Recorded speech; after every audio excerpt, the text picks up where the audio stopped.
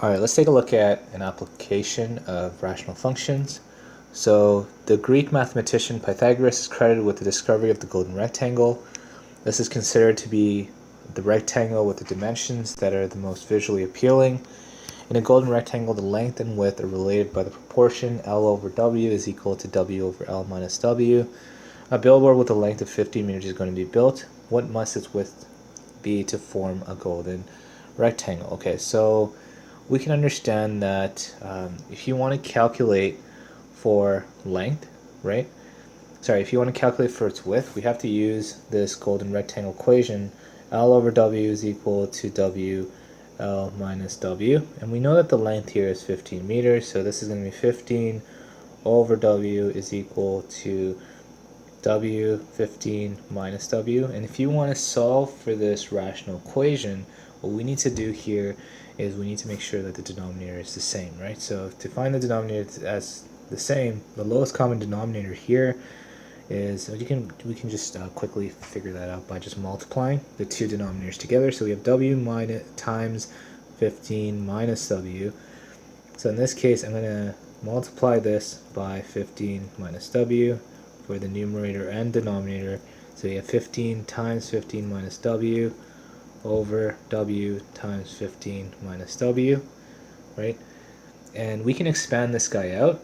So if we wanted to expand this out, we have 15 times 15, which is 225 minus 15W, right? And then for the fraction on the right, W divided by 15 minus W, I'm going to multiply this guy by W, right? So we get W squared over W times 15 minus W, right? So now we've created equivalent fractions or equivalent rational expressions, right? So now what we can do here is we can equate these two equations together, right? So 15 over W I'm going to write as 225 minus 15W over W times 15 minus W is equal to W squared W times 15 minus W.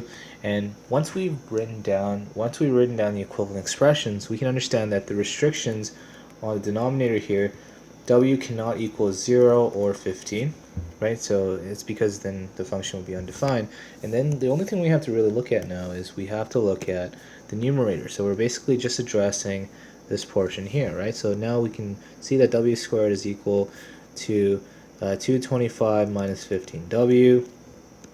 And in order for me to solve this quadratic expression, W squared plus 15W minus 225 is equal to 0. Okay? And now that we have this, what we want to do is ask ourselves, is this factorable, right? So let's think about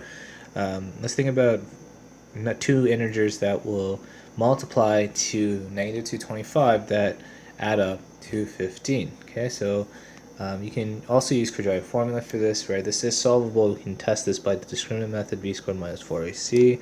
And if we do this, we get 15 squared minus 4 times 1 times negative 225. So you can see that this is definitely greater than 0, right? So let's postulate some values. But just to save some time here, I'm just going to use the quadratic formula. So this actually came out to be 225 plus 4 times 225, which was 1,125, right? So x is equal to negative b plus minus b squared minus 4ac. You can only use the quadratic formula if the quadratic trinomial is set to 0, right? So this is over 2a. So we already calculated for the b squared minus 4ac term. That's where the discriminant actually comes from. Negative b here is negative 15 plus minus square root of 1,125 times 2 times a in this case is 1. Now you got to note that width has to be, it's a dimension, so it has to be greater or equal to 0. Ideally we want to make it greater than 0 because we don't, 0 width means, we don't even have a width. Right, so let's assume that width here is actually greater than 0. Okay, so width is greater than 0. X, or width in this case, negative 15 plus minus. I'm just gonna rewrite width here because in our case, our independent variable is W, right?